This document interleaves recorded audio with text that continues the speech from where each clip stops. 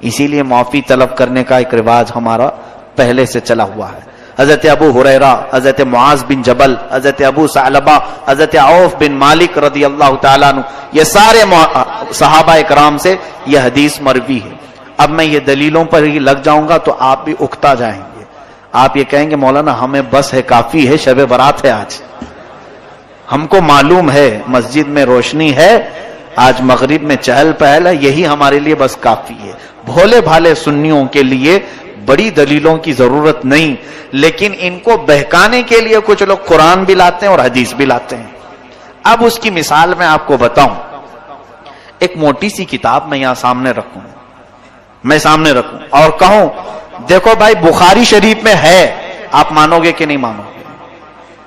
حالانکہ وہ بخاری شریف نے بہار شریعت لے کے بیٹھا ہوں، میں اردو کی ایک بہار شریعت لے کے بیٹھا ہوں، اور اگر آپ کو کہوں آپ کو ایسا لگے گا ہاں مولانا ہے، پڑھے لکھے ہیں، بخاری، ارے بھائی موٹی کتاب ان کے سامنے رکھی ہوئی تھی، تو آپ نے کبھی بخاری شریف کا دیکھا نہیں یا اس کو کھول کر پڑھا نہیں، اور اگر دیکھ بھی لو تو عربی آتی نہیں، تو سمجھ لو ایسے بہت سارے لوگ صرف یہ بڑے بڑے ناموں سے دھمکا دیتے ہیں، ڈرا دیتے ہیں، اور پھر یہ کہتے ہیں کہ قرآن میں نہیں ہے، حدیث میں نہیں ہے، یہ تمام چیزیں. اب میں نے جو پیش کیا یہ کہاں ہے؟ پھر یہ بھی تو حدیث پاک میں ہے. یہ چیزیں قوم کے سامنے وہ کیوں نہیں پیش کرتے؟ یہاں پتا چلتا ہے کہ کہیں نہ کہیں ان کے دل میں حسد ہے، کینہ ہے، اور قوم کو گمراہ کرنے کے لیے صحیح امانتیں قوم تک پیش نہیں کرتے. ان کا حال یہ ہے. اللہ تعالیٰ نے قرآن میں فرمایا ہے کہ افتؤمنون، یعنی ان کے متعلق یہ فرمایا تکتمون الحق، تم حق کو چھپاتے ہو اور باطل کو باہر نکال کر کے بتاتے ہو.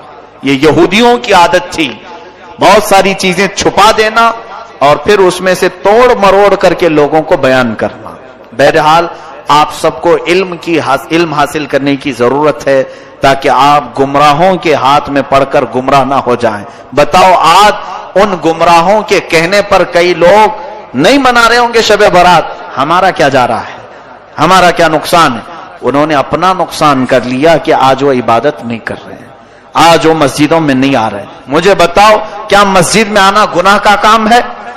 عبادت کرنا گناہ کا کام ہے؟ کیا یہاں پر چلو کچھ بھی نہیں کیا، مسجد میں بیٹھا بیان سنا، یہ تو بیان ان کے ہاں بھی ہوتے ہیں، کیا نہیں ہوتے؟ بہت سارے بیان ہوتے ہیں. تو بیان کی فضیلت بھی انہی سے جا کر کے سنو، ان کے ہاں کتنی فضیلت ہے، ایک بیان میں بیٹھنے کا کتنا ثواب ہے. تو صرف اگر بیان میں بیٹھنے کا ثواب بھی معلوم کر لیتے تو آ جاتے. خواہ مخواہ مخالفت کرنا اچھی بات نہیں. بہرحال میں اب تھوڑی سی چیزیں آپ کے لیے شب برات کے متعلق عرض کروں. ہاں ایک اور سوال ہمارے پاس آیا ہے. ایک تو جنہوں نے یہ سوال کیا تھا میں سمجھتا ہوں کہ ان کو اطمینان ہو گیا ہوگا شب برات کہاں سے ثابت ہے، ریکارڈ ہے، پھر سے وہ کتابوں کے حوالے یاد کر لو، جلد نمبر، صفحہ نمبر سب، اور پیش کر دیں. دوسری چیز یہ معافی مانگنے کا کیا طریقہ ہے؟ واٹس ایپ بھرا ہوا ہے معافی نامے سے، قطار لگی ہوئی ہے 3 دنوں سے، میرے اگلی پچھلی تمام چیزیں معاف کرو معاف کرو معاف کرو. اچھا کام ہے، یعنی معافی طلب کرنے کا یہ طریقہ اختیار کیا گیا. جس کو دیکھو اور بیچارہ لکھتا بھی نہیں، کاپی پیسٹ ادھر سے اٹھائے ادھر کر دے، لکھنے کی بھی کسی کے اندر اتنی ہمت بھی نہیں ہے. ذرا آپ اس کے متعلق سوچو. صحیح ہے ہمارے بزرگوں کا یہ طریقہ رہا. حدیث پاک ابھی میں نے سنایا، جس کے دل میں کینہ ہو آج اس کی مغفرت نہیں ہوگی. کینہ کہتے ہیں مسلمانوں سے قطع تعلق کرنا. مسلمانوں میں بہت سارے ایسے ہیں جو اپنے رشتوں کو چھوڑ کر بیٹھے ہوئے ہیں، بھائی بہن سے بات نہیں کر رہا ہے. بہت تو ایسے ہیں ماں بیٹوں میں بات چیت بند ہے. معاذ اللہ رب العالمین. حدیث پاک میں ہے جس نے دنیا میں صلہ رحمی رشتے کو قطع کیا، کٹ کیا، قیامت کے دن اسے کاٹ کر دوزخ میں ڈال دیا جائے گا.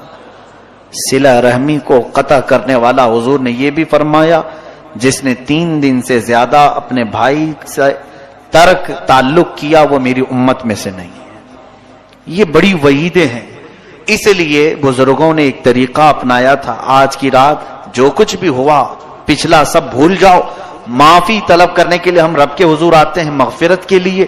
لیکن اگر ہمارے پاس دو چیزیں ہیں، نمبر 1 شرک اگر کیا ہو تو بخشش کی سوال ہی نہیں. دوسری چیز اگر کینہ ہے دل میں دوسرے کے متعلق، اپنے بھائیوں کے متعلق، تو بھی بخشش کی یہاں پر ممانعت کر دی گئی، مغفرت نہیں ہوگی. تو بزرگوں نے یہ عادت ڈالی تھی امت مسلمہ کو کہ یہ شب برات آنے سے پہلے پہلے اپنے دل کے کینوں کو صاف کر لو، معافی طلب کر کے صاف ستھرے ہو جاؤ، تاکہ آج بٹنے والی مغفرت تمہیں بھی مل جائے. آج رب تبارک و تعالیٰ کے ہاں جب اعلان ہو رہے ہو ناموں کا کہ فلاں جہنم سے آزاد ہے، فلاں آزاد ہے، فلاں آزاد ہے، تو ہو سکتا ہے ہمارا بھی نام اس فہرست میں شامل ہو جائے. یہ دو چیزوں سے ہم کو آزاد ہو کر کے مسجد میں آنا تھا، لیکن اس کا یہ طریقہ اپنائیں گے کہ جس کو سوشل میڈیا میں نے دیکھا لکھا ہوا بھی آ رہا ہے، ریکارڈ بھی آ رہا ہے، ویڈیو بھی آ رہے ہیں، ساری طریقے ان لوگوں نے بنا کر رکھے ہیں. پورا کا پورا بازار گرم ہے. واٹس ایپ میں معافی مانگنے سے کون سی معافی ہے، بلکہ دل کرتا بھی نہیں ہے. ایسے ایک گروپ کے ساتھ سارے لوگوں کو ٹک کیا اور بھیج دیا ایک ساتھ، اسے معلوم بھی نہیں کتنوں کے پاس گیا ہے. معافی طلب کرنے کا یہ طریقہ ہے. معافی کیوں طلب کی جاتی ہے یہ آپ کو اچھی طرح سے معلوم ہے کس کا دل آپ نے دکھایا ہے. اگر ایسا ہی ہوتا تو بزرگان دین یہ فرماتے کہ جاؤ ایک چٹھی میں لکھ کر کے چوک پر لگا دو کہ جس کو بھی میرے سے تکلیف ہو مجھے معاف کرتا ہوا جائے. ایسا بھی تو ہو سکتا تھا. باہر سرکل پہ چوک پہ ایک چٹھی میں لکھ کر کے لگا دیتے، میں نے جس کا بھی دل دکھایا ہو مجھے معاف کر کے چلا جائے. یہ معافی طلب کرنے کا طریقہ نہیں ہے. بذات خود اس سے معافی طلب کریں جس کے ساتھ آپ کا معاملہ ہوا ہے، اس کے پاس جائیں. یہاں پر نفس جانے نہیں دے گا. یہی بات تو ہے. میں آپ کو بتاؤں جتنی جلدی آپ یہ معافی نامہ بھیجیں کسی کو کہ مجھے معاف کر دیں، اسی جگہ پر ایک دوسرا سولوشن میں آپ کو بتاؤں، یہی فون تمہارے ہاتھ میں واٹس ایپ کے ذریعے سے استعمال کر رہے ہو اور فلاں کو بھیج رہے ہو مجھے معاف کر دینا. وہیں اگر تم اس کے نمبر پر کال کر کے بات کر لیتے اسے کہ آج شب برات آنے والی ہے مجھے تھوڑا معاف کر دو، پچھلے کئی باتیں تمہارے سے سخت ہو گئی، اس کے لیے دل نہیں مانے گا. بات چیت کر لیتے تمہارا دل نہیں مانے گا. چھوڑو بھیج دیتے ہیں، دیکھے تو ٹھیک ہے نہیں تو کوئی بات نہیں. یہ جو ہے نفس نے تمہیں اس طرح سے کرنے کی عادت ڈالی. نفس امارہ یہ نہیں چاہتا ہے کہ کسی کے سامنے جھک جائیں ہم. معافی طلب کرنے میں نفس کی شرمندگی ہے، اور رب تبارک و تعالی یہی چاہتا ہے کہ تم اپنے نفس کو جھکاؤ. اپنے نفس کو جب تک تم نہیں جھکاؤ گے تو معافی کی کوئی امید ہی نہیں. یاد رکھنا قیامت کے دن یہی حقوق العباد تمہیں جہنم میں لے کے چلے جائیں گے. اس کا حق مارا، اس کو ستایا، اس کو پریشان کیا. اگر یہ قیامت کے دن سب کھڑے ہو گئے تو پھر ان سب کو تمہیں نیکیاں بانٹنی پڑیں گی جو جو نیکیاں کیے تھے، اور اگر نیکیاں کچھ ہے نہیں تو ان کے گناہ اٹھا کر تمہارے اوپر ڈالے جائیں گے. یہ حقوق العباد میں یہی ہوگا قیامت کے دن. اس لیے اگر معافی مانگنے کا شوق ہے، بلکہ مانگنا چاہیے بھی، اس طرح سے نہیں. جاؤ ملاقات کرو. اگر ملاقات کرنا پاسبل نہیں، ممکن نہیں، تو فون پہ بات کر سکتے ہیں آپ. ان سے فون پہ بات کریں اور معاملات طے کریں کہ آپ دل سے مجھے معاف کریں اور مجھ سے جو ہو سکا میں آپ کو معاف کرتا ہوں. یہ تمام چیزیں اچھی چیزوں میں سے ہیں. آپ اس کی عادت ڈالیں. یہ سب برے رواج ہیں واٹس ایپ میں. ابھی پتہ نہیں کیا کیا گھومے گا، بہت ساری. بلکہ اس زمانے کی سب سے بڑی بلا ہے یہ بلا ہے. گھروں میں ایسی گھسی ہوئی ہے، لوگ دور دور بلاؤں کو دور کرنے کی دعائیں کر رہے ہیں اور سب کے ہاتھ میں بلا ہے. اس کا استعمال بڑے غلط انداز میں، کیونکہ اللہ تعالیٰ قرآن میں فرماتا ہے ان الذین یحبون ان تشیع الفاحشۃ فی الذین آمنوا لہم عذاب علیم فی الدنیا والآخرہ. بے شک وہ لوگ جو ایمان والوں میں بری خبریں پھیلاتے ہیں، دنیا اور آخرت میں اللہ ان کے لیے دردناک عذاب رکھا ہے. تو یہ پھیلانے والا سب سے بڑا کام سوشل میڈیا کر رہا ہے. ٹھیک ہے, اچھی باتیں پھیلائیں, لیکن آتھینٹک ہوں, پروف والی ہوں, پھیلائیں. نشر و اشاعت میں ثواب ہے, لیکن اس طرح کی بغیر پروف والی چیزیں, یا کہیں سے کسی کا آ گیا اور اس نے دھمکی دے کر کے آپ کو میسج کیا, اگر نہیں آگے بڑھاؤ گے تو 7 لوگ مر جائیں گے, 9 لوگ مر جائیں گے. آپ ڈر گئے. اور ایسے بلیک میل اتنے ہوتے ہیں. اگر سچی محبت ہو تو آگے بڑھاؤ. سچی محبت ہو, ساری محبت واٹس ایپ میں دکھانی ہے. سچی محبت ہو تو آگے بڑھاؤ. اللہ کو ایک مانتے ہو تو آگے بڑھاؤ. معاذ اللہ رب العالمین. تو کیا یہ واٹس ایپ میرے جنت میں جانے کا ٹھیکیدار ہے؟ اس کو میں کیوں بتاؤں کہ میں اللہ کو ایک مانتا ہوں یا نہیں مانتا ہوں؟ میرا مولا جانتا ہے. ہم جس کے لیے ایمان لائے وہ رب جلیل بہتر جانتا ہے. ہم نبی کونین صلی اللہ علیہ وسلم سے محبت کرتے ہیں, اس کے متعلق کوئی بھی اس طرح سے ٹارچر نہ کرے ایک دوسرے کو. ایسے جو بھی میسج آئیں اس کو آگے نہ بڑھاؤں, ورنہ گناہ میں برابر کے شریک آپ بھی ہوں گے. آپ نے میسج لکھا نہیں لیکن دوسرے کا آیا ہوا بڑھا دیا تو پکڑ تو آپ کی بھی ہوگی قیامت کے دن, کیونکہ برائی پھیلانے میں آپ نے جو تعاون کیا.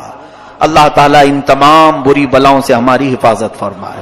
عزیزان گرامی وقار, شب برات میں آج رزق کی تقسیم ہوتی ہے. ہمارے ناموں کے متعلق آج فرشتوں کو یہ بتایا جاتا ہے کہ فلاں بن فلاں اس سال یہ معاملات کرے گا, اس کے حصے میں اتنا رزق دیا جائے گا, اور پھر پتہ نہیں ہمارا نام مرنے والوں میں بھی لکھا جا سکتا ہے.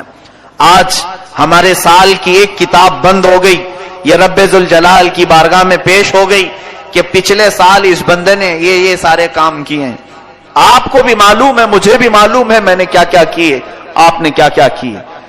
اب آج کی رات صرف یہ احساس بھی ہو کہ بارگاہ الہی میں میری کتاب پیش ہوئی ہے پچھلے سال کی, میں نے کیا کیا کیا تھا سب فرشتوں نے بتا دیا. ویسے رب کو بتانے کی ضرورت بھی نہیں, مگر مولا فرشتوں کو گواہ بناتا ہے. تم بھی بتاؤ کہ فلاں فلاں بندے نے کیا کیا کیا ہے پچھلے سال کا, سب انہوں نے پیش کر دیا. اب رب تبارک و تعالیٰ کا حکم نازل ہو رہا ہوگا کہ یہ بندہ جس نے پچھلے سال یہ تمام کام کیے, اب اگلے سال اس کے یہ معاملات, اس کے لیے اتنا رزق لکھو, اس کے لیے اتنی برکت لکھو, اور اس کو ذلیلوں میں لکھو, اس کو عزت والوں میں لکھو, اور اس کو زندہ رہنے والوں میں لکھو, اس کو بیمار لکھو, اور اس کے بعد اس کو مرنے والوں میں لکھو. یہ تمام معاملات آج رب ذوالجلال فرشتوں کو بتا رہا ہوگا. قدیر و جبار خدا کے فیصلے نازل ہوتے ہیں اور فرشتے لے کر کل سے پھر ایکٹیو ہیں, وہ اپنی ڈیوٹی پر مامور ہیں. ہمیں یہ معلوم نہیں کہ ہمارا نام کن چیزوں میں لکھا گیا ہے.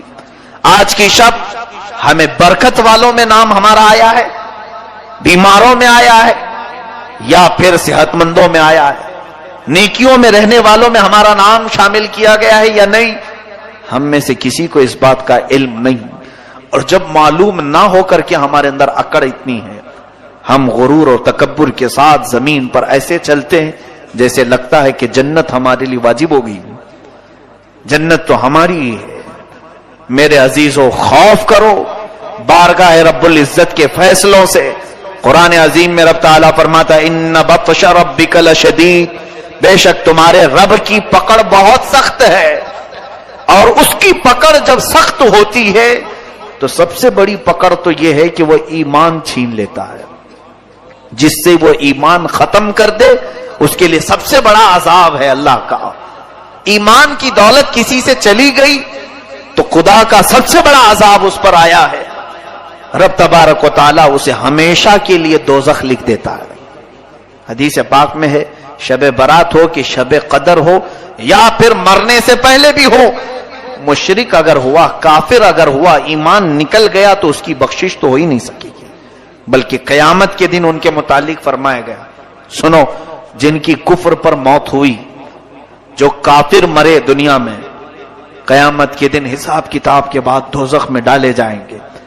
دوزخ میں ڈالنے کے بعد دوزخ کی ہولناکیاں جب انہیں نیچے طبقے میں لے جائیں گی, ہر طرح کے عذابات کا سامنا ہوگا. اتنے سخت عذاب, اللہ اکبر. دوزخ کا سب سے ہلکا عذاب کیا ہے؟ حدیث پاک میں حضور پاک صلی اللہ علیہ وسلم ارشاد فرماتے ہیں آگ کی جوتیاں پہنائی جائیں گی، انگار کے جوتے پہنائے جائیں گے، جس کی وجہ سے اس کا بھیجا پک کر کے ابل رہا ہوگا۔ یہ دوزخ کا ہلکا عذاب ہے، منیمم کسی کو اگر دیا جائے تو یہ ہلکا ہے۔ پھر جس کے لیے اللہ نے فرمایا عذاب علیم، عذاب عظیم، دردناک عذاب، بڑا عذاب، وہ مولا ہی جانتا ہے کہ کیسے کیسے عذاب دوزخ میں۔ سنو، جس کی کفر پر موت ہوئی دوزخ میں ڈالے جائیں گے۔ جو دوزخ کا دربان ہے فرشتہ حضرت مالک رضی اللہ تعالی، حضرت مالک یہ فرشتے ہیں علیہ السلام، وہ دربانے دوزخ ہیں، دروازے پر ہوں گے، یا جتنے دوزخی ہیں چیختے رہیں گے، چیخ لگاتے ہیں، اتنا پکارتے ہیں کہ ہماری طرف توجہ کرو، ہماری طرف توجہ کرو۔ تو پھر ان کی پکار اتنی بلند ہوتی ہے کہ پورے دوزخ میں آوازیں دہلتی رہتی ہیں۔ اس کے بعد مالک دوزخ یعنی دربان دوزخ حضرت مالک ایک بار بھی ان کی طرف نہیں دیکھتے۔ حدیث پاک میں 1000 سال گزر جائیں گے، 1000 سال کے بعد دربان دوزخ ان کی طرف دیکھتے ہیں۔ کیا بات ہے، کیوں چلا رہے ہو تم لوگ؟ 1000 سال کے بعد تب اہل دوزخ کہتے ہیں اے مالک، اے دربان دوزخ، ہم رب ذوالجلال سے بات کرنا چاہتے ہیں، ہمارے معاملے میں کچھ سفارش کرو، رب تبارک و تعالیٰ سے ہم کچھ کلام کرنا چاہیں گے کہ وہ ہمیں یہاں سے نکالے۔ حضرت مالک کہتے ہیں ٹھیک ہے، تمہاری بات میں مولا تک پہنچا دوں گا، رب تعالیٰ تک پہنچا دوں گا۔ تو اس کے بعد حدیث پاک میں پھر 1000 سال گزر جاتے ہیں، حضرت مالک کی طرف سے کوئی جواب نہیں آیا۔ دوزخیوں کی طرف دوبارہ وہ توجہ کرتے ہیں، کیا بات ہے؟ تو دوزخیوں نے کہا کہ اے مالک، ہم رب سے بات کرنا چاہتے ہیں۔ حضرت مالک کہتے ہیں میری اب تک رسائی نہیں ہوئی، میں تمہارا عریضہ پیش کروں گا رب تعالیٰ کے، یہاں تک کہ تیسرا 1000 سال گزر جاتا ہے۔ یہ دوزخ میں جلتے رہیں گے، اسی طرح عذاب میں مبتلا رہیں گے۔ تیسرے 1000 سال کے بعد حضرت مالک ادھر دوزخ کی طرف توجہ کرتے ہیں اور فرماتے اے اہل دوزخ، بشارت ہو تمہارے لیے کہ رب تعالیٰ کی طرف سے یہ جواب آیا ہے لا ينظر الیہم ولا یرحم علیہم، ان کی طرف نہ دیکھا جائے گا نہ ان کی طرف رحم کیا جائے گا۔ مولا نہ تم سے بات کرنا چاہتا ہے اور نہ تم پر رحم کرنا چاہتا ہے۔ اب بند کرو آواز۔ فرمایا گیا حدیث پاک میں مایوس ان کے چہرے لٹک جائیں گے۔ اہل دوزخ واپس پھر اپنے عذاب کی طرف آئیں گے، اس لیے کہ اب کوئی امید بھی باقی نہیں رہی۔ 3000 سال تو امید پر دوزخ میں جل رہے تھے کہ اب بات ہوگی رب تعالیٰ سے، اب کلام ہوگا، شاید وہ بہتوں کو معاف کر کے نکالا، ہمیں بھی نکالے گا۔ لیکن جواب یہ آیا کہ یہ سب اب جو موجود ہیں یہ کفر کی حالت میں مرے ہوئے ہیں، یہ شرک کی حالت میں مرے ہوئے ہیں۔ کافروں اور مشرکوں کے لیے رب فرماتا ہے نہ ان کی طرف دیکھا جائے گا اور نہ رحم کیا جائے گا۔ ان اللہ لا یغفر ان یشرک بہ ویغفر ما دون ذلک لمن یشاء، شرک کو اللہ معاف نہیں کرے گا، اس کے علاوہ جو بھی ہے جسے چاہے رب تعالیٰ معاف کرے گا۔ یہ قرآن میں اللہ فرماتا ہے۔ میرے عزیزو، ڈر اس بات کا ہونا چاہیے کہ اگر مولا تعالیٰ ہمارے کسی عمل سے غضب میں آئے تو کہیں وہ ہمارے ایمان کی دولت کو سلب نہ کر لے، اور یہ نہ فرما دے نکل جا تو میرے خاص بندوں میں سے۔ کفار و مشرکین تجھے پسند ہیں بہت، ان کی عادتیں اچھی لگتی ہیں، جا انہی کے جماعت میں شامل ہو جا۔ آج آپ سب سوچو ذرا، بہت سارے نوجوان یہی چاہتے ہیں، آ کر کے صرف یہ کہیں کہ مولانا سارے لوگ تو جی رہے ہیں اچھے سے، وہ اگر ناچ رہے ہیں، ڈانس کر رہے ہیں، آپ ہمیں کیوں روک رہے ہیں؟ کفار بھی ناچ رہے ہیں، کرسچن بھی ناچ رہے ہیں، یہودی بھی ناچ رہے ہیں، ہم مسلمان ہو کر کیا ڈانس نہیں کر سکیں گے؟ ٹھیک ہے، تمہارا سوال یہ دنیا میں سارے لوگوں کو شراب پیتے ہوئے دیکھا، ہم آپ کو منع کر رہے ہیں تو برا لگا، یہ دنیا کا فیشن ہے، آپ نہیں سمجھ سکو کہ آپ پرانے لوگوں میں سے ہیں۔ ہم نئے زمانے میں زندگی گزارنا چاہتے ہیں، ہم کچھ ماڈرن بننا چاہتے ہیں۔ فلمی ایکٹروں کو دیکھ کر ان کی طور طریقے کو اپناتے ہوئے نکل پڑے اور پھر یہ سمجھا کہ ہم ایک نئے راستے پر چل رہے ہیں۔ سنو، ٹھیک ہے، جس کا راستہ چاہے اپنا لو، جس کا راستہ، کیونکہ تمہارے لیے نہ میں چھڑی لے کر کے بیٹھا ہوں، نہ اللہ کا کوئی فرشتہ تمہاری گردن جھکا کر تمہیں عبادت کرنے کے لیے آئے گا، بلکہ رب تعالیٰ دنیا میں تمہیں آزاد رکھا ہے، تمہیں جو مرضی میں آئے کرو، جو اچھا لگے کرو۔ قیامت کے دن پھر تیار رہنا اپنے اعمال کا جواب لینے کے لیے۔ قیامت کے دن ہر ایک کے حساب کتاب کے لیے تم خود ذمہ دار ہوں گے۔ آج میں ان نوجوانوں سے کہتا ہوں جنہیں کفار و مشرکین اچھے لگتے ہیں، جن کو لوگوں کے ہاتھوں کے شراب کی بوتلیں پسند ہیں، جوے خانے، شراب، تاش کے اڈے، یہ سب بہت اچھے لگتے ہیں جنہیں، اور پھر یہ فلمی دنیا کے تمام تر ظالم دجال قسم کے خرافات مچانے والے اور پورے گھروں کو تباہ کرنے والے ایکٹر انہیں پسند ہیں، ان کے ساتھ ہو جاؤ، کوئی بات نہیں، تمہیں مبارک ہو۔ قیامت کے دن کہا جائے گا جن کے ساتھ تو دنیا میں رہنا پسند کرتا تھا، آج ان کا ہاتھ پکڑ، وہ جہاں جا رہے وہیں چلا جا، آج وہ جہاں جا رہے وہیں چلا جا۔ وہاں سے ہاتھ چھڑا کر کے تم تو بھاگو گے، نہیں، میں تو رسول اللہ کا امتی ہوں، میں میرے آقا کے پاس آؤں گا، میں اپنے نبی کا نام لیوا ہوں۔ سنو، حدیث پاک میں یہ دوڑتا ہوا آئے گا، امتی تو ہے۔ حضور اکرم صلی اللہ تعالی علیہ وسلم کے قریب آتے ہی حضور پاک سے عرض کرتا ہے، رو کر کے، چلا کر کے، مجھے فرشتے دوزخ کی طرف کھینچ رہے ہیں، بچا لیجیے۔ نبی کونین صلی اللہ تعالی علیہ وسلم کی طرف سے جواب آئے گا، تو کون ہے؟ بلکہ اس آقا کی عادت مبارکہ یہ ہے، فرماتے ہیں میں بھرے مجمع میں بھی اپنی امتیوں کو پہچان لوں گا، کروڑوں کی تعداد میں پوری امتیں وہاں ہوں گی، مگر اپنی امت کو میں ضرور پہچانوں گا، ہزاروں کی لاکھوں کی بھیڑ میں بھی۔ یہ بھی حدیث پاک میں، لیکن ایک حدیث میں یہ ایک بندہ آئے گا اور حضور اس سے پوچھیں گے تو کون ہے؟ کہے گا حضور میں آپ کا نام لیوا، میں آپ کا امتی ہوں۔ اللہ کے حبیب صلی اللہ علیہ وسلم فرماتے ہیں مجھے تو نہیں اس بات کا علم ہے، تو دنیا میں کسی اور کو پسند کرتا تھا، جا آج اس کو پکڑ لے، وہ جہاں جائے چلا جا۔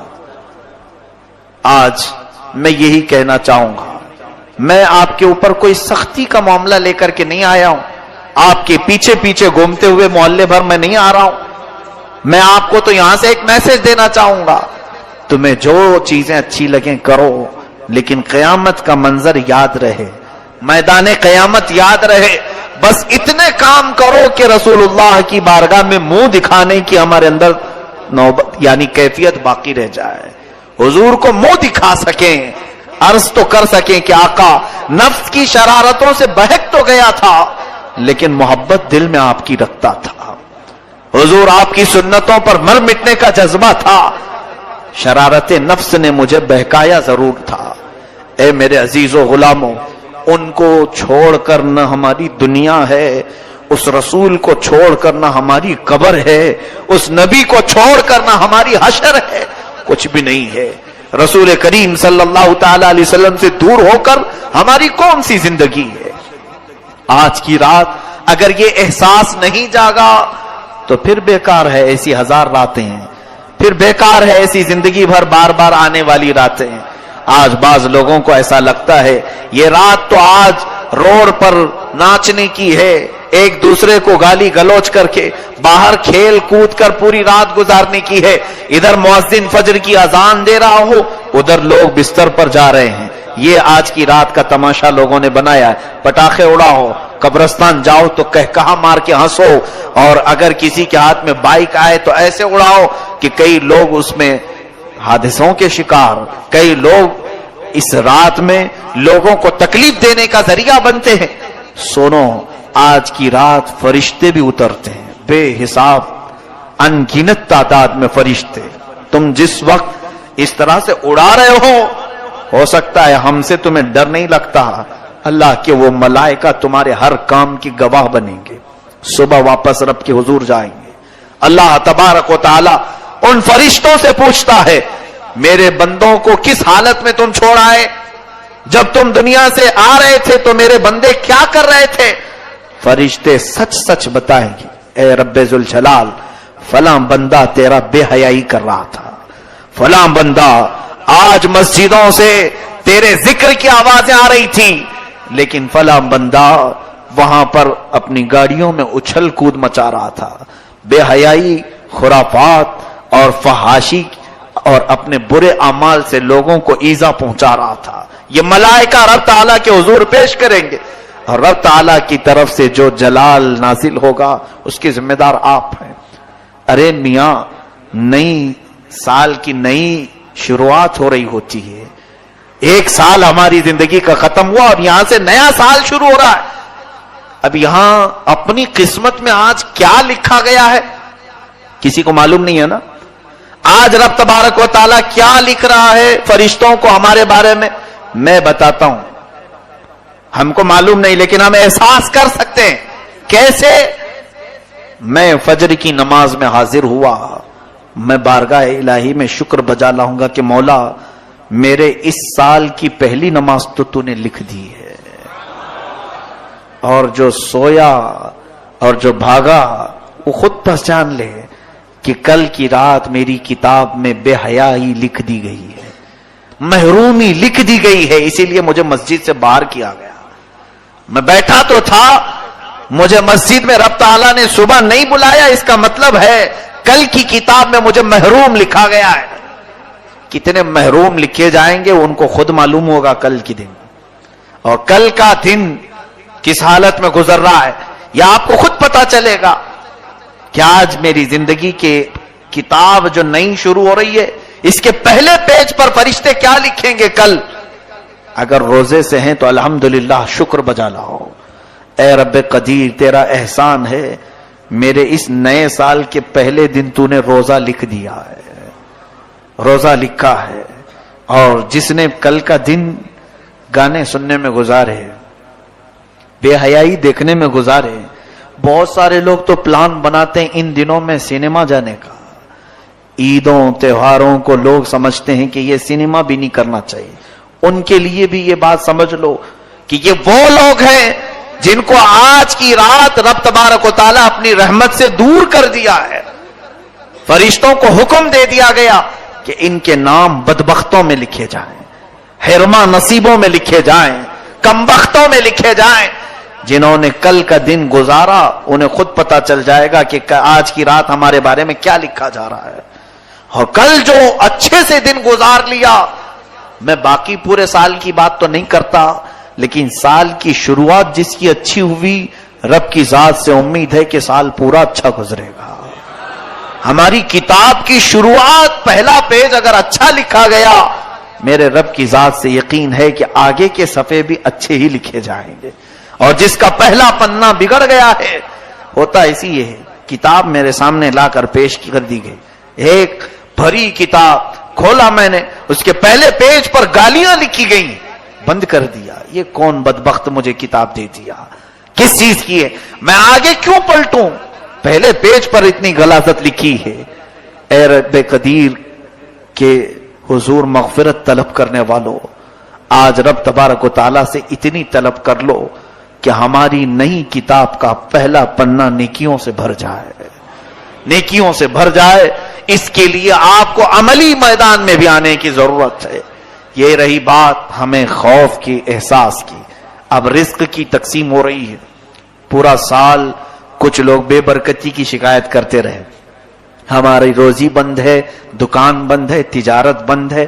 ایک بات یاد رکھو، جتنا تمہارے مقدر میں لکھا جائے گا اتنا مل کے رہے گا، چاہے تم 1000 لوگوں کو بولو یا 1 کو بولو یا 70 کو بولو، جتنا ملنا ہے وہ آج بٹ گیا، تو کیوں دوسروں کو بول کر مطلب ہے؟ آپ کو ایسا لگتا ہے 4 لوگوں کو بولوں گا تو میرا رزق بڑھ جائے گا؟ آج جو دکان بند پڑی ہے یا کم دھندا ہو رہا ہے، میں اور 5-6 لوگوں کو بولوں تو کچھ اور بڑھ جائے گی۔ تمہارے حصے میں جو لکھا گیا آج کی رات وہ اگلے سال تک تمہیں مل کر رہے گا۔ لو لگاؤ اور اس رب ذوالجلال کی طرف، ملے تو اس کا شکر ہے، نہ ملے تو اس کے دربار میں دعا ہے. لوگوں سے ہمیں کچھ بھی نہیں ہوگا. ما یفتح اللہ للناس من رحمت فلا ممسک لہا وما یمسک فلا مرسل لہ من بعد. اللہ فرماتا ہے اللہ نے جن انسانوں کے لیے اپنی رحمت کے دروازے کھول دیے اسے کوئی بند نہیں کر سکتا. وما یمسک فلا مرسل لہا. اللہ فرماتا ہے اور جس کے لیے رب نے بند کر دیا کوئی نہیں کھولے گا. چاہے کوئی بابا ہو, کوئی کسی طرح کا عامل ہو, کسی کی بند روزی کو اگر رب نے بند کر دیا تو کوئی نہیں کھولے گا. یہ یقین رکھ کر کے چلو ہمارے حصے میں آج جو رزق بٹ رہا ہے وہ ہمیں اتنا مل کر رہے گا. لوگوں سے شکایت نہ کریں. حضرت موسیٰ کلیم اللہ علیہ الصلوۃ والتسلیم کے زمانے میں ایک معاملہ ایسا پیش آیا تھا کہ ایک فیملی کو, ایک خاندان کو آپ نے دیکھا, شوہر, بیوی اور ایک بچہ, بہت غریب تھے, صرف کپڑے آدھے پہنے ہوئے تھے, ایک چادر تھی ان کے پاس, تینوں اوڑے ہوئے تھے. حضرت موسیٰ علیہ السلام کا گزر ہو رہا تھا تو وہ رو رہے تھے. پوچھا کیوں رو رہے ہو؟ کہا ہم بہت غریب ہیں, محتاج ہیں, مفلس ہیں, دعا کرتے ہیں. حضرت موسیٰ علیہ السلام نے دعا کے لیے ہاتھ اٹھائے. رب تبارک و تعالیٰ فرماتا ہے اے موسیٰ ان کے حق میں یہی بہتر ہے. وہ کھا پی رہے ہیں, زیادہ مالدار ہونے کی وہ دعا کروا رہے تھے کہ کچھ اچھا مال مل جائے, ہم بھی بڑے گھر میں جئیں. سب کے لیے عبرت ہے اس میں. رب تعالیٰ نے فرمایا اے موسیٰ ان کے لیے وہ زندگی بہتر ہے. تو وہ بندوں کو حضرت موسیٰ علیہ السلام نے کہا کہ رب کا یہ حکم ہے کہ تم اسی پر گزارا کرو. وہ تینوں کہتے ہیں برسوں سے گزارا کر رہے ہیں, ہم نے آپ سے ریکویسٹ کی تھی آپ کچھ دلا دیں گے. تو حضرت موسیٰ علیہ السلام پھر رب تعالیٰ کے حضور گڑ گڑانے لگے, اے مولا تو اپنے فضل سے کچھ تو عطا کر دے, کچھ زیادہ دے دے, تیرا محبوب نبی عرض کر رہا ہے. رب تعالیٰ نے فرمایا اے موسیٰ جاؤ, ٹھیک تمہارے کہنے پر میں انہیں عطا کروں گا. جاؤ ان سے کہہ دو تینوں کو میں نے ایک ایک مرتبہ مانگنے کی اجازت دی. وہ جو مانگیں گے ایک مرتبہ وہ دے دوں گا. ایک ایک دعا تینوں کو دی گئی, آپشن. یعنی اللہ تعالیٰ نے سیدھے من و سلوہ نہیں اتارا, تینوں کے لیے کپڑے نہیں اتارا, بلکہ آپشن دے دیا کہ جو مانگنا ہے ایک بار میں مانگ لو. مرد کو ایک بار کی دعا, عورت کو ایک بار کی دعا, بچے کو ایک بار کی دعا. ایک ایک چانس ہے تینوں کو, جو مانگنا ہے مانگ لو. یہ میرے مولا کی حکمت ہے, رب تبارک و تعالیٰ کی حکمت ہے. حضرت موسیٰ علیہ السلام نے کہا کہ تمہیں تو بہت بڑی چیز مل گئی. یعنی اگر کسی کو یہ کہہ دیا جائے تو سیدھے بادشاہت بھی مانگ سکتا ہے, مجھے اتنے ملکوں کا بادشاہ بنا دے, رب کا وعدہ ہے جو مانگو گے دے دوں گا. اس کی طرف سے آئی بات. تو اللہ تعالیٰ کی طرف سے جب یہ بات آئی, حضرت موسیٰ علیہ السلام نے کہا بہت بڑی چیز تمہیں دیا ہے رب نے, کوئی سامان نہیں دیا بلکہ آپشن دے دیا, جو چاہو مانگ سکتے ہو. تو بڑے خوش ہوئے. حضرت موسیٰ علیہ السلام وہاں سے نکل گئے. عورت جو اس میں تھی ادھیڑ عمر کی تھی, اس نے سب سے پہلے یہ سوچا کہ ہم تینوں کھڑے ہو کر کے دعا مانگیں گے آپس میں. شوہر یہ کہا کہ میں غسل کر کے آتا ہوں. ایک ندی کے کنارے یہ لوگ کھڑے تھے, میں غسل کر کے آتا ہوں, جب تک تم یہاں کھڑی رہو, نہا دھو کر کے اچھی ایک ایک دعا کریں. ایک گھر مانگے گا, ایک مال مانگے اور ایک سواریاں مانگے, سب کچھ آ جائے گا. تو تینوں کا فیصلہ ہوا. وہ نہانے کے لیے چلا گیا. عورت کو صبر کہاں, اور عورت کی ایک عادت یہ ہے وہ چھوٹا بننے کی بہت کوشش کرتی ہے. عورتوں کی ایک فطرت ہے, بڑی سی بڑی عورت کو بھی اگر چھوٹی کہہ دو تو بہت خوش ہو جاتی ہے. یہ عادتیں ہیں. اب وہ بیچاری صبر نہ کھائی. اسی وقت اس کے پاس جو ایک آپشن تھا, اس نے کہا بیٹا اور اس کا باپ مل کر کے جو مانگنا ہے مانگ لیں گے, میں اپنا آپشن مانگ ہی لیتی ہوں. اے اللہ مجھے ایک حسین و جمیل چھوٹی عمر کی لڑکی بنا دے. دعا قبول ہو گئی. وہ بہت حسین و جمیل بن گئی, خوبصورت اتنی شہزادی, نوجوان اور چہرہ چمک رہا تھا. اس کی خواہش پوری ہو گئی.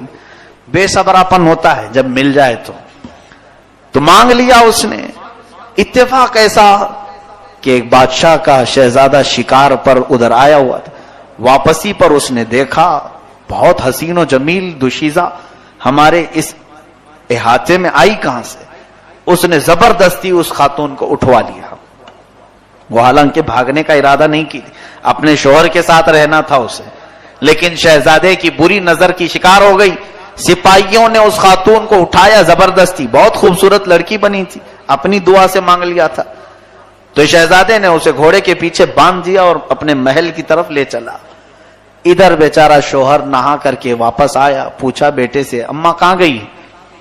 کہا وہ اس نے دعا کر لی تھی خوبصورت بن جاؤں، وہ بن گئی، اور ایک کوئی بادشاہ کا ہموار، کوئی اس کا کوئی سپاہی رہا ہوگا، شہزادہ رہا ہوگا، وہ اماں کو اٹھا کے لے گیا ہے. اس کو بڑا غصہ آیا، اس نے دھوکہ کیا میرے ساتھ، میری بیوی ہو کر وفادار ہونا چاہیے تھا اسے، خوبصورت کیا بن گئی، یہ بادشاہ کے ساتھ چلی گئی. تو اس نے آؤ دیکھا نہ تاؤ، اپنے پاس جو تھا آپشن ایک دعا کا، غصے میں آ کر کے اس نے کہا مجھے مولا تو نے جو دعا کا ایک آپشن دیا، میں اس آپشن میں یہ کہتا ہوں کہ اسے خنزیر کا بچہ بنا دے. اس عورت میری بیوی کو خنزیر کا منہ دے دے بس، اور کچھ نہیں مانگنا ہے مجھے. غصہ اتنا تھا، اس کی بھی دعا قبول ہو گئی، کیونکہ رب تعالیٰ کی طرف سے حکم یہ ہوا تھا کہ ایک بار مانگو، جو بھی ہے وہ مل جائے گا. اور اس نے جیسے مانگا، وہ خاتون ابھی محل پہنچی نہیں تھی، شہزادے کے پیچھے جو بیٹھی تھی اس کا چہرہ خنزیر کا ہو گیا، غلیظ جانور کا چہرہ اور جسم بھونڈا. وہ بات چیت تو کر رہی ہے لیکن جانور کی شکل ہے. تو جیسے ہی وہ محل کے قریب پہنچے تو چھوٹے چھوٹے بچے سب مذاق اڑانے لگے، آج شہزادے صاحب نیا شکار لے کے آئے، یہ پتہ نہیں کیسا شکار ہے، شکل نیچے کی انسان کی، اوپر کا چہرہ خنزیر کا ہے. تو بعد میں اس کو دیکھ کر بڑا افسوس ہوا کہ یہ کیسے ہو گیا. تو مارتے ہوئے اس عورت کو وہاں سے محل کے پاس سے بھگا دیا کہ نکل جاؤ. وہ روتے روتے وہاں سے پھر اپنے اس علاقے پر آئی، اپنے شوہر سے معافی طلب کرنے لگی، کہنے لگی میرے اس میں قصور نہیں تھا، اس ظالم نے مجھ پر بری نظر ڈالی، اٹھا کر لے گیا. شوہر نے بہرحال معاف کر دیا، ٹھیک ہے بھٹکا ہوا جو بھی واپس آ جائے، معاف کرنا چاہیے، میری بیوی. اب کیا ہے؟ بچے کے پاس ایک دعا کا آپشن تھا. اس سے کہا کہ بیٹا اب کچھ اور نہ مانگو، اتنا کہو اماں جیسے پہلے تھی ویسے ہو جائے. اس نے مانگ لیا، اے اللہ میری ماں پہلے جیسے شکل میں تھی ویسی بنا دے. اللہ نے اس کی دعا بھی قبول کر لی، اس کی ماں صحیح ہو گئی، اب وہ جیسے تھے ویسے ہی رہ گئے. حضرت موسیٰ علیہ السلام کا گزر واپس پھر وہاں سے ہوا. حضرت موسیٰ نے پوچھا کیا کیا مانگا تم لوگوں نے؟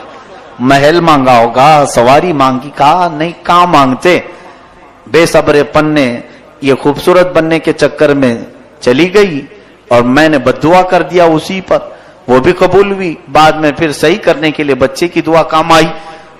حضرت موسیٰ علیہ السلام سے رب نے فرمایا اے موسیٰ، کیا میں نے تم سے یہ نہیں کہا تھا کہ یہ جتنا ان کے حق میں ہے اتنا ہی بہتر ہے. رب تعالیٰ نے جن کے لیے جو مقدر رکھا ہے گھوم پھر کر کے وہیں آؤ گے. کچھ لوگ راتوں رات کروڑ پتی بننے کے ایسے ہی خواب دیکھتے ہیں کہ ایسے ہی ابھی میں یہاں سے نکلا ہوں ابھی کروڑ پتی بن جاؤں گا، پھر وہ کب روڑ پتی بنتا ہے یہ بھی نہیں معلوم ہوتا. اس لیے ان تمام معاملات میں اللہ تبارک و تعالیٰ کے رزاق ہونے پر یقین رکھو. بس ہمارے مقدر میں اس نے جو دیا ہے اس میں حرص و طمع اور لالچ، دو چیزوں کی عادت ڈالیں. پہلی چیز جو ملا ہے اس پر شکر کرنا، اور اگر کسی چیز کی کمی ہے تو بندوں سے شکایت نہیں، رب کی بارگاہ میں دعا کرو. یہ دو عادتیں کسی انسان کے اندر آ جائیں تو پھر دیکھیں رب تعالیٰ اسے کبھی کسی کے سامنے ہاتھ پھیلانے کی نوبت نہیں لائے گا.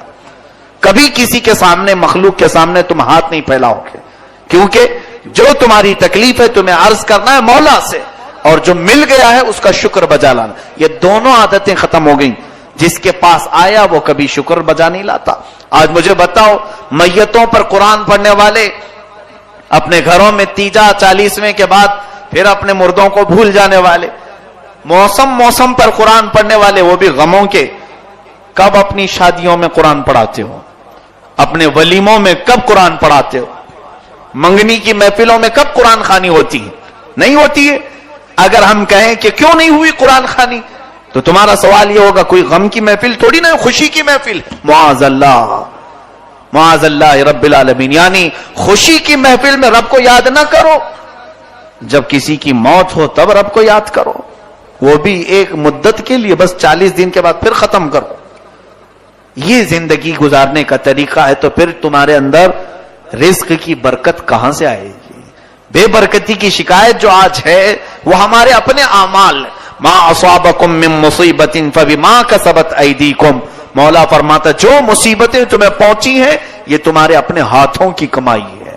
عادت یہ ڈالو، دکان والے، جاب والے یا پھر کسی بھی طرح کے لوگ، رات میں گھر آنا، تمہارے پاس چھٹے پیسے ہی کیوں نہ آئے، 1 روپیہ ہی آج کاروبار میں ہوا ہو، اسے رکھو سامنے. میں ایک طریقہ بتا رہا ہوں تمہیں برکت کا. سونے سے پہلے اپنی وہ آج کی کمائی کو پاس رکھ کر 11 مرتبہ الحمدللہ الحمدللہ الحمدللہ کہو، اس لیے کہ رب کا وعدہ ہے لئن شکرتم لازیدنکم. اگر تم نے شکر بجا لایا میں اپنی نعمتیں بے حساب عطا کروں گا، زیادہ عطا کروں. جو کچھ بھی ملا ہے اسے رکھ کر کے شکر تو بجا لاؤ. لوگوں کو حساب کتاب دینے کے لیے اپنی چوپڑیاں لے کے تو گھومتے ہیں، سیٹ کو بتانا ہے، نوٹ بک میں موجود ہے ساری چیزیں. رب ذوالجلال کی عطا کی ہوئی نعمتیں اس سے کیوں نہیں عرض کرتے کبھی مسجد میں آ کر، اے رب کریم تیرا شکر ہے آج تو نے مجھے 54 عطا کی، آج 58 ملی ہے. نہیں، منہ پسور کر کے لوگوں سے بھاگتے ہیں، کچھ بھی نہیں ملا، ہائے ہائے دکان میں سب مندہ پڑا ہوا ہے. یہ شکایتیں بہت زیادہ ہیں. ہمارے متعلق آج جو فیصلہ ہو گیا ہے اتنا رزق ہمیں ملے گا. بلکہ احساس کے لیے میں آپ کو بتاؤں دن بھر کیا کیا کیا یہ بھی یاد رہنا چاہیے. صبح کی نماز بستر میں چلی گئی، ظہر میں آنے کا موقع نہیں ملا، عصر میں گاڑیوں میں ادھر ادھر گھومتے رہے، مغرب میں پھر بیزی رہے، اور ایسے میں تمہارا دن گزرا، پھر بھی اس مولا نے تمہیں کچھ نفع دیا اور شکایت کرتے ہو. حق ہی نہیں ہے ہمیں شکایت کرنے کا. رب تعالیٰ کے حضور آیا ہی نہیں، اس کی عبادت کا حق ادا ہی نہیں کیا، تو پھر ہم کو کیا حق بنتا ہے کہ اس سے شکایت کریں؟ مجھے کم دیا، مجھے آج کم ملا ہے، بولنے کا حق ہے. مجھے بتاؤ کام کرنے کے لیے ہم نے مزدوروں کو لگایا ہے. ایک مزدور صبح 8 بجے آتا ہے اور شام تک 5 بجے تک کام کرتا ہے، اور اس کی روز کی ہم لوگوں نے اجرت طے کر رکھی ہے، 500 روپے تجھے دیں گے. ایک مزدور آیا، آدھا گھنٹہ کام کیا، اور جب اجرت دی جا رہی تھی اس کو تو ہم نے 10 روپے دیے یا 100 روپے دیے، پھر یا 200 روپے دیے. تو 200 روپے لے کر کیا وہ آدھا گھنٹہ کام کرنے والا ہمیں منہ دکھانے کے قابل ہے؟ کیا وہ پوچھے گا ہم سے سب کو 500 دیے مجھے کیوں نہیں دیے؟ اسے خود معلوم ہے کہ میں نے کام کیا ہی نہیں، مانگوں کیوں میں؟ پھر بھی سیٹ نے دے دیا آدھے گھنٹے کا، اچھی بات. یہ سچا مزدور یہی کر کے جائے گا. اور یہاں اکثر ہم جھوٹے مزدور نکلے. ہم نے رب تبارک و تعالیٰ کی عبادت کی ہی نہیں، پھر بھی وہ کھلایا پلایا اور بہترین زندگی دی، پھر بھی ہم اس سے پوچھتے ہیں کہ مجھے کم کیوں ملا، مجھے کم کیوں دیا جا رہا ہے. اگر رب تعالیٰ کی طرف سے یہ جواب آتا ہے بندے تو نے میری عبادت کہاں کی؟ جن مزدوروں کو میں نے عطا کیا ہے، بعض اولیاء وہ ہیں جنہوں نے نہ رات دیکھی نہ دن دیکھا، مولا کے حضور آ جاتے تھے تو ایسے ایسے مشائخ ہیں. اللہ اکبر. لکھنؤ میں ایک بزرگ حضرت مخدوم محمد شاہ مینا رضی اللہ تعالیٰ دیوار پر بیٹھ کر نماز پڑھتے تھے. دیوار پر، کھلی دیوار بہت اونچی، اس پر ایک ہی آدمی کھڑا ہو سکتا ہے، بیٹھ سکتا ہے، اس پر نماز پڑھتے تھے. کیوں جانتے ہیں آپ؟ رات بھر نماز کے لیے بیٹھتے تھے اور کبھی اونگ آتی تو نیچے گر جاتے تھے. کہتے ہیں کہ میری غفلت کی یہی سزا ہونی چاہیے کہ میں دیوار سے گر جاؤں. اس مولا سے میں ایک پلک جھپک کر کے غفلت میں آؤں. اور پھر کبھی کبھار زمین پر نماز پڑھتے تو آس پاس کانٹے بچھا کر کے رکھتے تھے کہ اگر نیند میں جھولے آئیں اور گروں تو کانٹوں پر گروں میں، اس لیے کہ رب سے غافل ہونے والے کی دنیا میں یہی سزا ہونی چاہیے. اپنے لیے حضرت مخدوم شاہ مینا رضی اللہ تعالیٰ عبادت کا یہ طریقہ اپنایا تھا. دیوار سے کئی مرتبہ گرے اس کے بعد فرماتے ہیں ظاہر سی بات ہے گرنے کا ڈر ہوتا تھا تو نیند کیسے آئے گی؟ دیوار سے گرنے کا جسے ڈر ہو نیند آئے گی کیسے؟ کانٹوں پر اگر سر چڑھ جائے تو نیند کیسے آئے گی؟ یہ وہ اولیاء کاملین ہیں جنہوں نے رب کے حضور ایسی مزدوری کی، ایسی عبادت کی، تو کیا مولا اپنی شان کے مطابق انہیں نہیں عطا کرے گا؟ اور ہم ان کو دیکھتے ہیں، ان اولیاء کو تو نے بے حساب عطا کیا، اور ہمیں کیا؟ ہمیں رزق میں محتاجی کیوں آئی؟ ذرا کمپیئر تو کر کے دیکھو، وہ رات کی عبادتوں کے لیے اتنا اہتمام کرتے تھے، دیوار پر بیٹھ کر آس پاس کانٹے بچھا کر کہ گروں تو میں کانٹوں پہ گروں، اور یہاں ہماری تو فرض غائب